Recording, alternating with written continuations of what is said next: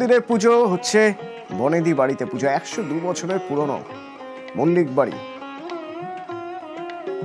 যে মল্লিক বাড়ির পুজো, যে বাড়িতে রীতিমতো তারকার সমাগম। বাড়ির মেয়ে কোয়েল মল্লিক, পুজোর যাবতীয় দায়িত্ব তার হাতে।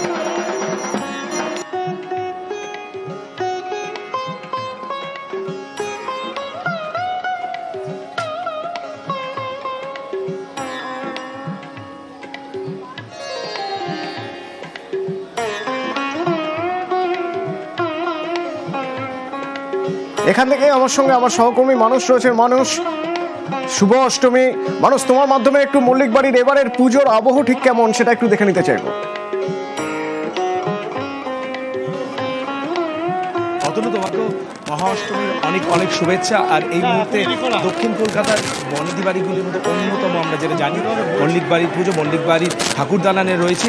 আমার ঠিক পেছন দিকটাতেই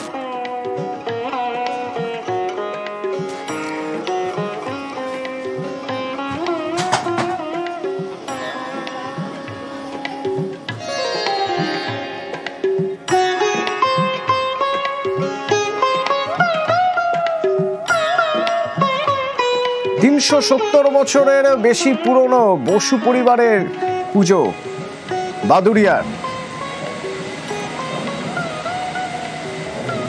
শুটিং এর যাবতীয় কাজ একদিন বন্ধ রেখে তিনি চলে যান বাড়ির পুজোয়। প্রতিবার বিশ্বনাথ বসু।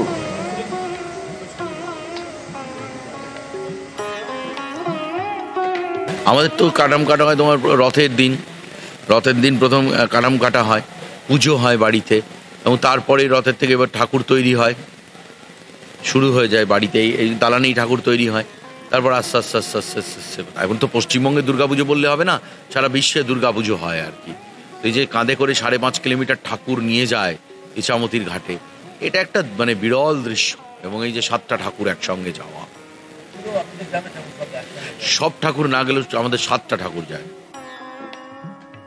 ঐতিহ্য, আবেগের এই যে মিলমিশ, এবং তার সঙ্গে থেকে যায় নস্টালজিয়া, আর থাকে নতুন করে পাওয়ার ইচ্ছে। সেই সব কিছু নিয়েই তো পুজোর সেই সব ছবি থাকবে আপনাদের জন্য। বিরতির পর সঙ্গে থাকুন।